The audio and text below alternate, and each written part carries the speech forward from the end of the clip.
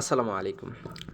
ত্রয়োদশ জাতীয় সংসদ নির্বাচন ২০২৬ উপলক্ষে বাংলাদেশ ইলেকশন কমিশন কর্তৃক সম্প্রতি স্মার্ট ইলেকশন ম্যানেজমেন্ট বিডি নামে একটা সফটওয়্যার লঞ্চ হয়েছে।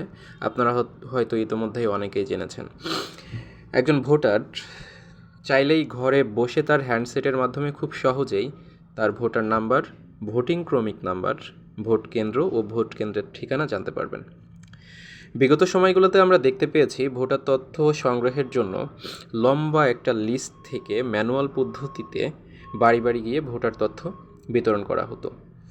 তো বর্তমানে আপনি চাইলেই স্মার্ট ইলেকশন ম্যানেজমেন্ট বিডি এর মাধ্যমে খুব সহজেই ঘরে বসেই ভোটার সম্পর্কিত সকল তথ্যটি পেতে পারেন। তো চলুন শুরু করা যাক।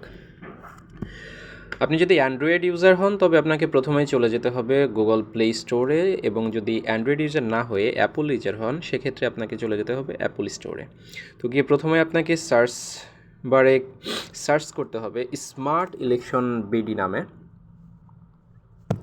তো আপনি স্মার্ট ইলেকশন বিডি ম্যানেজমেন্টের একটা লোকেশন ঠিক পেয়ে যাবেন। তো সেখান থেকে যেহেতু ইতিমধ্যেই আমার সফটওয়্যারটা ইনস্টল করা আছে সেহেতু আমি সরাসরি ওপেন করছি।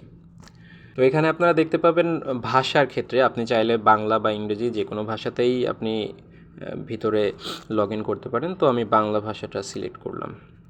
দেখুন আপনারা এখানে এরকম একটা পপ আপ দেখতে পাবেন, ত্রয়োদশ জাতীয় সংসদ নির্বাচন। তো এখানে ক্লিক করবেন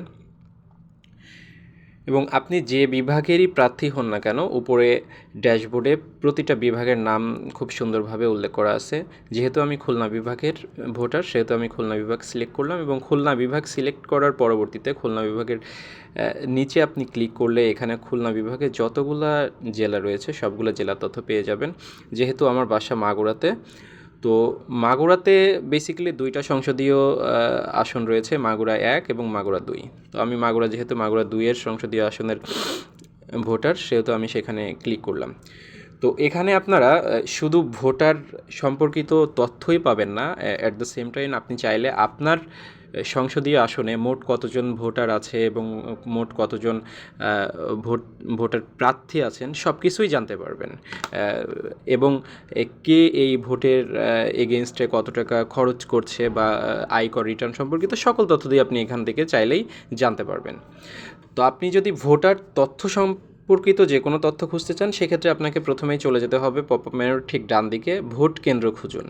এখানে গিয়ে আপনার এনআইডি নাম্বার, আপনার যে জাতীয় পরিচয়পত্র নাম্বার আছে সেটা দিয়ে আপনি এখানে সার্চ করবেন, এবং আপনার জন্ম তারিখ,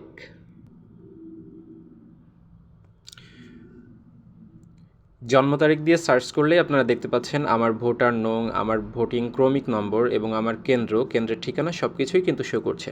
আপনি যদি চান অ্যাট দ্য সেম টাইম আপনি এখানে দিক নির্দেশনা যেটা আছে এখানে ক্লিক করলে একদম গুগল লোকেশন অনুযায়ী আপনাকে আপনার ভোটার কেন্দ্র ঠিকানা দেখিয়ে দিবে।